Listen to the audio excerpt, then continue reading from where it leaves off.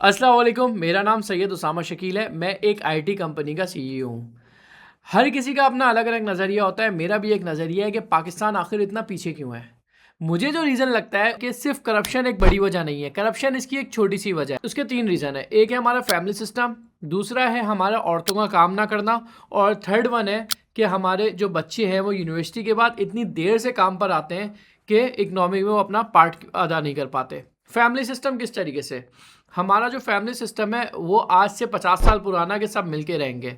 सब जब मिलके रहते हैं तो बर्तन जो है वो खड़खड़ाते हैं, और फिर जब बर्तन खड़खड़ाते हैं, तीन चार फैमिलीज एक साथ रह रही होती हैं। जब शोहर थका हारा काम करके वापस आता है और फिर उसकी बेगम से सुनने को ये मिलता है कि तुम्हारी बहन ने ये कर दिया, या तुम्हारे भाई ने वो कर दिया, या तुम्हारी अम्मा ने ऐसे बोल दिया, तो वो घर क्यों आता है? वो घर आता है रेस्ट करने के लिए, और उसका दिमाग जो कि अगले दिन की प्रोडक्टिविटी में जाना चाहिए, वो प्रोडक्टिविटी उसकी टोटल ख़त्म हो जाती है। और उसके अलावा जो है कोई खुश नहीं रह पाता। जब खुश नहीं रह पाता, जब बेगम खुश नहीं रहेगी तो वो बच्चों की तरबियत अच्छी नहीं करेगी। जब शौहर खुश नहीं रहेगा तो अगले दिन जाके इकोनॉमी में जो उसने इतना बड़ा अपना पार्ट अदा करना है वो पार्ट सही से अदा नहीं कर पाएगा। अब हम थोड़ा सा और आगे चलते हैं। थोड़ा सा और आगे किस तरीके से, अब बच्चों का काम ना करना। अगर आप यहूदियों को देख लें तो आपको एक बात बहुत अच्छे से समझ आएगी कि उनके पास जो है बच्चा जितने बड़े घर का भी हो वो जाके मैकडोनल्ड पे भी काम कर रहे हैं, केएफसी पे भी काम कर रहे हैं। हमारे पास ऐसा कोई कॉन्सेप्ट नहीं है। हमारे पास अगर बच्चे को टॉफ़ी चाहिए, वो 20 साल का घोड़ा भी है, तो वो अपने जाता है माँ बाप के पास और माँ बाप से बोलता है हमें कोई चीज़ दिला दो। जबकि ये टोटल गलत है। वो इकोनॉमी में पार्ट अदा कर ही नहीं रहा। कमा कौन रहा है? उसका बाप। अपने बाप के पैसों से वो जो है इकोनॉमी में डिस्ट्रीब्यूशन कर रहा है, लेकिन वो उसके अपने पैसे नहीं है। अगर वो खुद कमा रहा होता, खुद कमाता, वो अपनी मर्जी की चीज़ें ख़रीदता, वो अगर छोटा बच्चा है टॉयज़ ख़रीदता, तो इससे टॉयज़ की दुकान को, इकोनॉमी को बूस्ट मिलता, जीडीपी को बूस्ट मिलता। जबकि पाल कौन रहा है? बाप।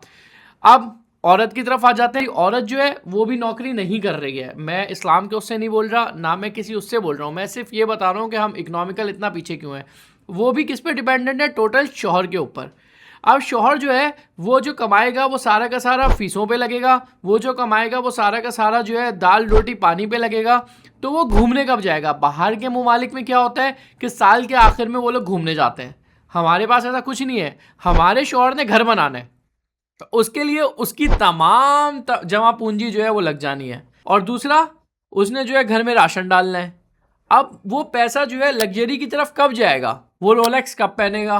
वो जो है महंगे ब्रांडेड सूट कब पहनेगा? एक अमीर तबके की बात नहीं हो रही। वो अमीर तबका हमारा 1.5 से 2% है। मैं बात कर रहा हूँ मुतवासित तबके की।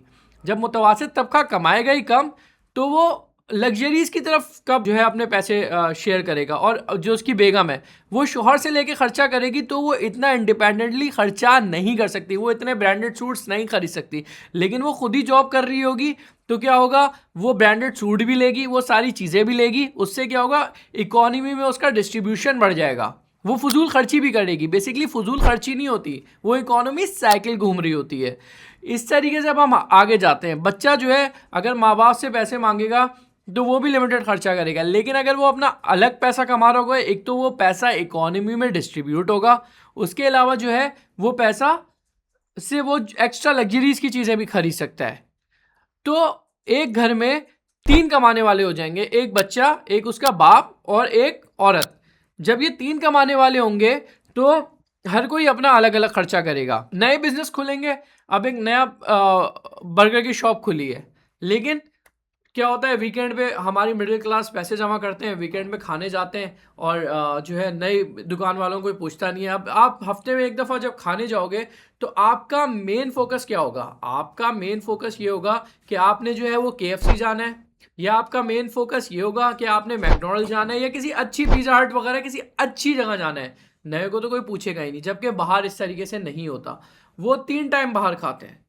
वो 3 टाइम बाहर खाते हैं। इससे भी एक फ़ायदा है, वो 3 टाइम बाहर खाते हैं। वो अब हर वक्त मैकडोनल्ड नहीं जाना चाहेंगे, वो हर वक्त केएफसी नहीं जाना चाहेंगे, वो हर वक्त जो है पिज़्ज़ा हट नहीं जाना चाहेंगे। वो लोकल शॉप्स को भी देखेंगे, तो लोकल शॉप्स इससे बड़ी होंगी। और उसके अलावा जब औरत पूरा दिन घर में बाहर काम करेगी, घर में काम नहीं करेगी, तो उनको मेड्स भी रखना पड़ेगी।